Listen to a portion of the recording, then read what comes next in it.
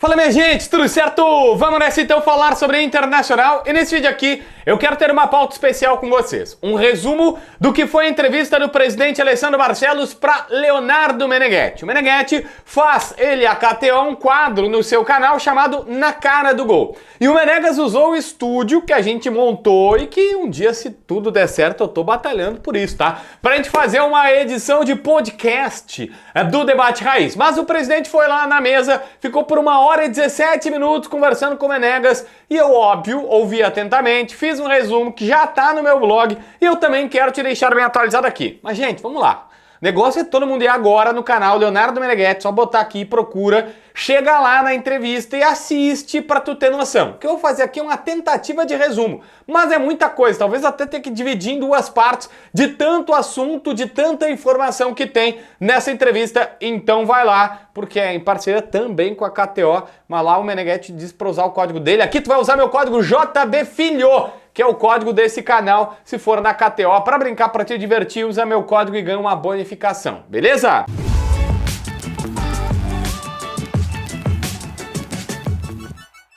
Gente, vamos lá. O presidente começa falando sobre a questão arbitragem.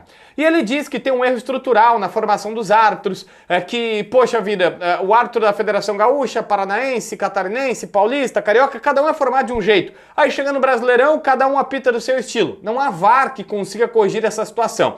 E ele acha que a CBF devia padronizar. E até lembrou, indo mais a fundo e também falando sobre VAR também, dizendo, olha, a gente investe 500 milhões no futebol, se somar todos os clubes do Brasil, os principais, dá mais de bilhões e aí chega na hora da arbitragem, os caras não colocam a grana para formar o árbitro, para profissionalizar. E ele diz assim, tem que ser o seguinte, ó, formação padrão, tabelamento e ranking, que aí tu faz o seguinte, ó, tu pega esse cara e tu vai automaticamente colocar o seguinte, olha, esse aqui foi bem, subiu no ranking, esse aqui foi mal, desce no ranking. E aí tu vai melhorando esse processo e ele disse assim, olha, faz toda a situação de o cara foi mal, o cara tá mal, desce, vai para uma série abaixo e vai penar tipo os clubes quando caem de divisão para voltar. Esta é a situação que o presidente acha que deveria acontecer. Bom, ele falou sobre as reclamações do Grêmio, embora não queira falar sobre o Grêmio, dizendo que, gente, no momento que tem uma crítica para arbitragem que é sistemática, ganhando ou perdendo, todo jogo que tu tá dizendo que tu tá sendo reclamando, ele diz assim, passa do limite.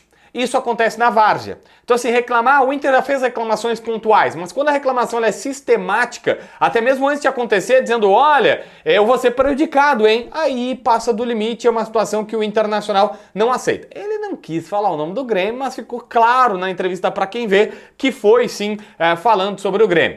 Disse que a dupla Grenal votou pelo VAR, mas que os outros 10 clubes do Gauchão não quiseram VAR e que talvez o erro do Inter tenha sido não comunicar antes essa situação, dizendo, olha, nossa parte a gente fez, mas não pode ser só a gente e tudo mais. Só que ele acha que precisou começar a obrigar a ter a tecnologia e tudo mais, porque né, não tem outro jeito. Rocher. O presidente falou abertamente sobre esse tema, talvez, assim, uma vez que ele falou mais tempo sobre a situação, mas basicamente ele disse, olha, não tem mistério, não tem uma grande situação. O Rocher lesionou, voltou, sentiu novamente dor, as situações dele regrediram e aí no começo do ano ele disse, olha, peraí, vamos fazer o seguinte, vamos curar o cara, ele só vai voltar quando ele tiver 100%. E ele só vai realmente jogar quando tiver 100% curado. E é isso que estão fazendo neste momento, tentando deixar o Rocher o máximo possível. Mas ele falou, se falou em operação, cirurgia, não há como operar o local. Não tem nenhuma possibilidade de procedimento cirúrgico no Rocher, porque não tem a menor chance de fazer uma operação na costela, não tem o que fazer. O cara fissurou, o único tratamento que existe é repouso absoluto. É tentar fazer com que o Rocher possa, o corpo do Rocher possa cicatrizar aquele local. E detalhe, o presidente disse que já há casos que o cara nem consegue cicatrizar 100%, que em alguns casos os jogadores e as pessoas vão convivendo com a dor, vão entendendo seus limites e vão indo do jeito que dá porque não tem o que fazer. Aí vem uma questão importante. Ele garantiu que eles estão acompanhando por imagem que de fato a cicatrização está acontecendo, que ela está regredindo bastante, mas disse, estava confiante que em breve o Rocher vai voltar, mas por exemplo, para as finais é praticamente impossível. Ah, o Inter passou para a final do Gauchão, né? Todo mundo tá aí querendo que seja a Grenal e tudo mais.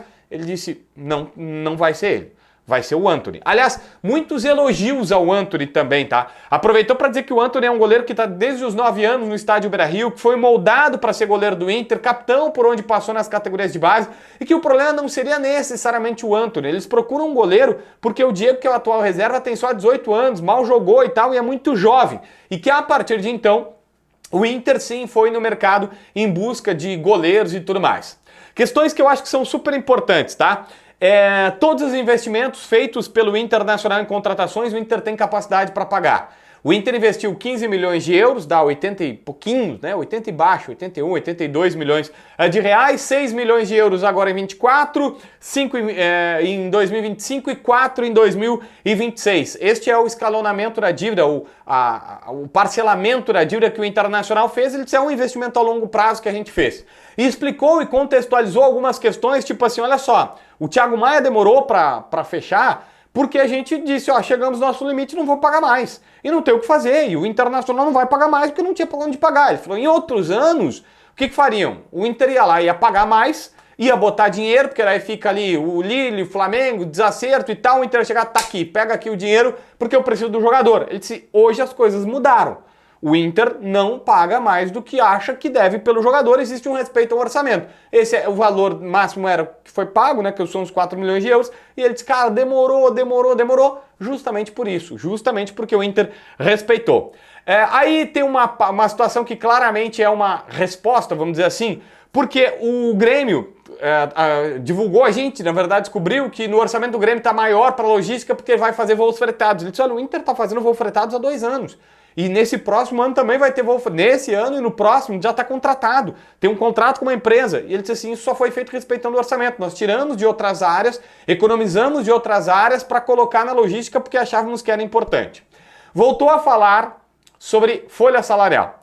Garantiu que a folha está aproximadamente em 14 milhões e meio. Não chega a 15, como ele tinha dito anteriormente. Tá? Ele disse, olha, 14,5 é o mais certo. O salário na carteira mais direito de imagem. Salário na carteira mais direito de imagem, já incluindo imposto, segundo o presidente, em 14 milhões.